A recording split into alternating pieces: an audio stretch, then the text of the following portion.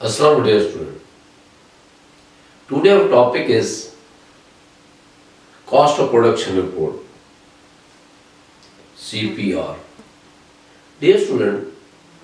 इससे पहले भी हम डिस्कस कर रहे थे कॉस्ट ऑफ प्रोडक्शन रिपोर्ट के बारे में। तो डियर स्टूडेंट्स के अंदर हम ये देखते हैं कि कोई भी ऑर्गेनाइजेशन या मैन्युफैक्चरिंग कंपनी जो होती हैं वो मुख्तलिफ निज़ाम के अंदर प्रोडक्शन पैदा कर रही होती है। तो उसके अंदर हम ये देखते हैं कि हमारे प्रोडक्शन के अंदर मेजर जो हमारी कॉस्ट होती है, जो कि हम काफ़ी देर पहले भी डिस्कस कर चुके हैं, इससे पहले भी काफ़ी डिस्कस कर चुके हैं कि हमारे पास मटेरियल कॉस्ट होती है और उसके बाद फिर हमारे पास लेबर कॉस्ट होती है और फिर उसके साथ साथ हमारे पास FOH फैक्ट्री ओवरहेड कॉस्ट होती है। तो डियर स्टूडेंट्स के अंदर हम ये देखते हैं कि जब कोई भी ऑर्गेनाइजेशन, कोई भी मैन्युफैक्चरिंग कंपनी, जब कोई यूनिट कोई प्रोडक्ट प्रोड्यूस कर रही होती है तो उसके अंदर वो मुख्तलिफ सेक्शन होते हैं, उसके अंदर मुख्तलिफ डिपार्टमेंट होते हैं उसके अंदर। तो वो जो प्रोसेस होता है उस प्रोडक्ट का, वो एक डिपार्टमेंट से लेकर फिर दूसरे डिपार्टमेंट तक जाता है, फिर उसके बाद तीसरे डिपार्टमेंट तक जाता है। इस तरीके से मुख्तलिफ डिपार्टमेंट जो होते हैं उससे वो मूव करता हुआ एंड जो होता है वो यूनिट जो होता है, जो हमारे प्रोडक्शन का यूनिट है, वो कंप्लीट हो जाता है। वो इस पोजीशन में आ जाता है कि हम उसको मार्केट के अंदर सेल कर सकते हैं। इट मींस कि वो कंज्यूमेबल हो जाता है, हम उसको कंज्यूम कर सकते, कंज्यूमर जो होता है उसको कंज्यूम कर सकता है। तो हम उसको फिर फाइनल जो होता है वो फाइनल कंज्यूमर तक उसको पहुंचाने के लिए फिर हम उस मार्केट के अंदर उस यूनिट को सेल कर सकते हैं। तो डियर स्टूडेंट, हम ये देखते हैं कि कोई भी फर्म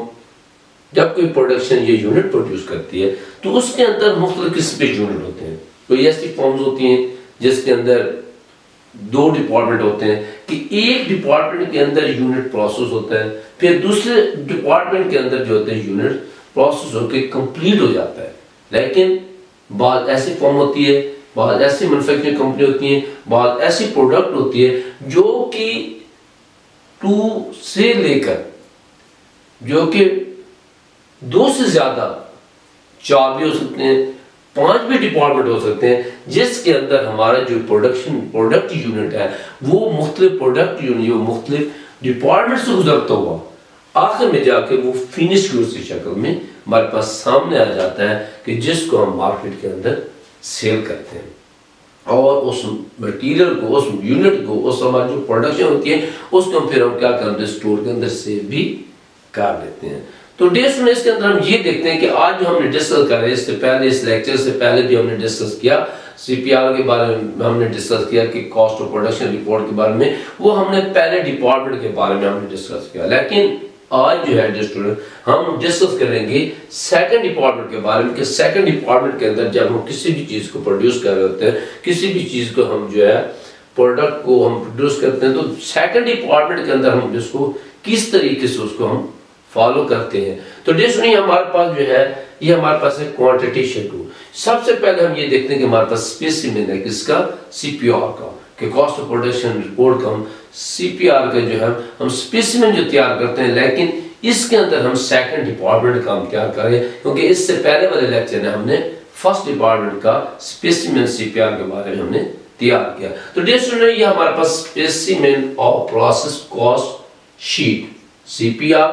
और ये हमारे पास है second department and subsequent departments. तो डियर स्टूडेंट्स के अंदर हम ये देखते हैं कि हमारे पास जो है कि हम ये देखते हैं क्वांटिटी शेड्यूल है। क्वांटिटी शेड्यूल के अंदर डियर स्टूडेंट हम ये देखते हैं कि हमारे पास unit receive from previous department, क्योंकि इससे पहले हमारे पास जो डिपार्टमेंट था उसके अंदर हमने यूनिट प्रोड्यूस किए, प्रोड्यूस करने के बाद हमने जो भी यूनिट हमारे पास थे, जिस पोजीशन में थे, हमने उसको फर्दर प्रोसेस के लिए हमने नेक्स्ट डिपार्टमेंट, सेकंड डिपार्टमेंट हमने उसको सेंड कर दिया, शिफ्ट कर दिया, ट्रांसफर कर दिया यूनिट को। तो इस तरीके से हम ये देखते हैं कि unit receive from previous department, ये हमारे पास आ गया। उसके अंदर फिर हम ये देखते हैं कि units completed and transfer to the next department या फिनिश गुड्स स्टोर रूम्स, कि ऐसा होता है कि या तो हम उसे नेक्स्ट डिपार्टमेंट के अंदर शिफ्ट कर देते हैं या फिर उसकी दूसरी पोजीशन ये होती है कि फिनिश गुड्स स्टोर्ड रूम, कि जो फिनिश गुड्स प्रोसेस में चले यूनिट जो होते हैं हमारे फिनिश गुड्स प्रोसेस में चले जाते हैं, तो फिर उन यूनिट को हम स्टोर के अंदर सेव कर लेते हैं। तो डियर स्टूडेंट इसके अंदर फिर हम ये जो है हमारे पास ये यूनिट आ जाते हैं इस तरीके से। उसके बाद हम फिर ये देखें कि unit in process, units in process की जब हम बात करते हैं, क्योंकि हमारे पास टोटल यूनिट जो होते हैं वो कंप्लीट नहीं होते, लेकिन उसके बाद फिर हम ये देखते हैं कि ऐसे यूनिट होते हैं जो प्रोसेस के अंदर होते हैं, जो कि अभी हम कंप्लीट के मरहले तक नहीं पहुंचते, वो उस पॉइंट पर नहीं पहुंचते, अभी वो भी मुकम्मल होते हैं, वो अभी प्रोसेस के अंदर होते हैं, अभी तक कंप्लीट नहीं होते, अंडर प्रोसेस होते हैं, वो यूनिट होते हैं जो कि यूनिट्स इन प्रोसेस वो हम लेते हैं। उसके बाद फिर ये हम ये देखते हैं ये डियर स्टूडेंट कि unit in loss, dear student ये कंफर्म बात है कि जो भी कंपनी, जो भी ऑर्गेनाइजेशन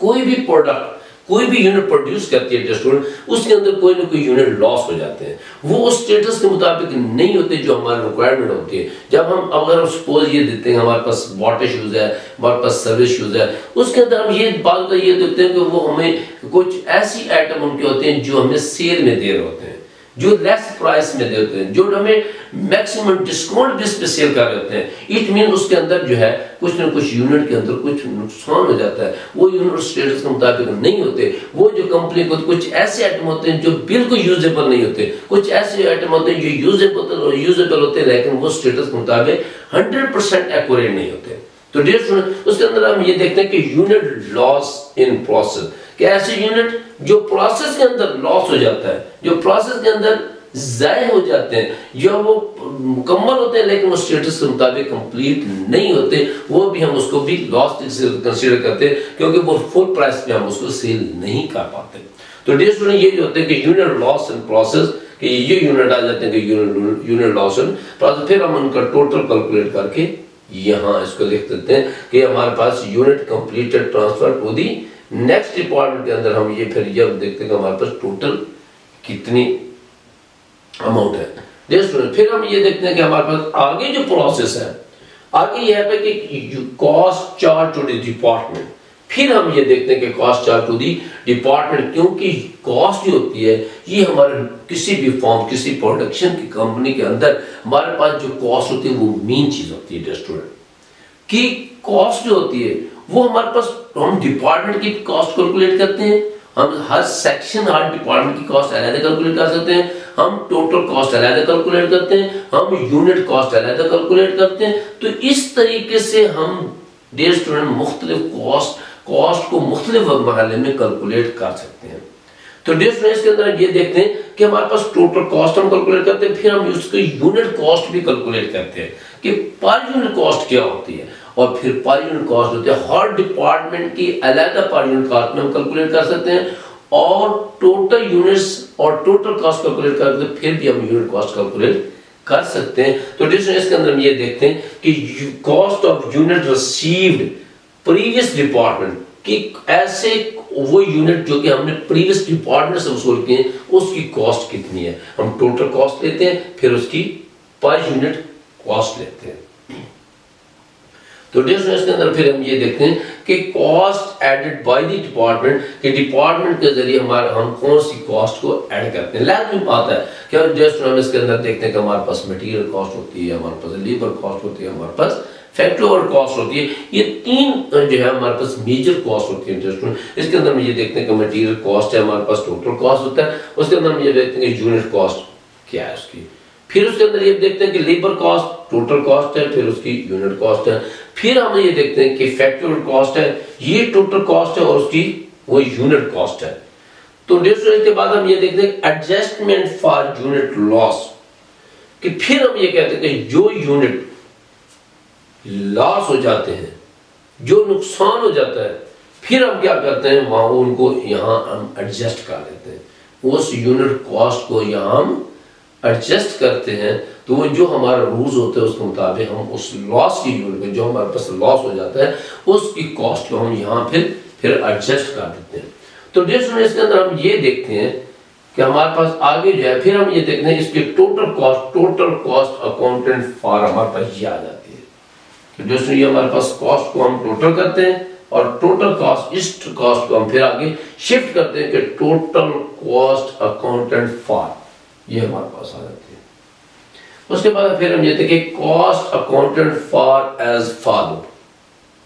इसका मतलब ये है कि ऐसे कॉस्ट जो हम यूनिट जो होते हैं वो ट्रांसफर कर देते हैं, वो फिनिश गुड्स में ट्रांसफर कर देते हैं, वो स्टोर में भी ट्रांसफर कर सकते हैं, वो हम फर्दर मार्केट में ट्रांसफर कर सकते हैं कि वो प्रोडक्शन के महल्ले से जब कंप्लीट हो जाते हैं फिर आगे प्रोसेस में उसको हम ट्रांसफर कर देते हैं। तो ये cost of unit transfer out, ये वो कॉस्ट है जो कि हम यूनिट कंप्लीट करके आगे ट्रांसफर कर देते हैं। तो इस तरीके से हम ये देखते हैं कि हमारे पास आगे के work in process ending inventory, कि ये वो इन्वेंट्री है वर्क इन प्रोसेस के अंदर जो हमारे वर्किंग पोजीशन के अंदर है कि एंडिंग के बारे में हमारे पास कौन सा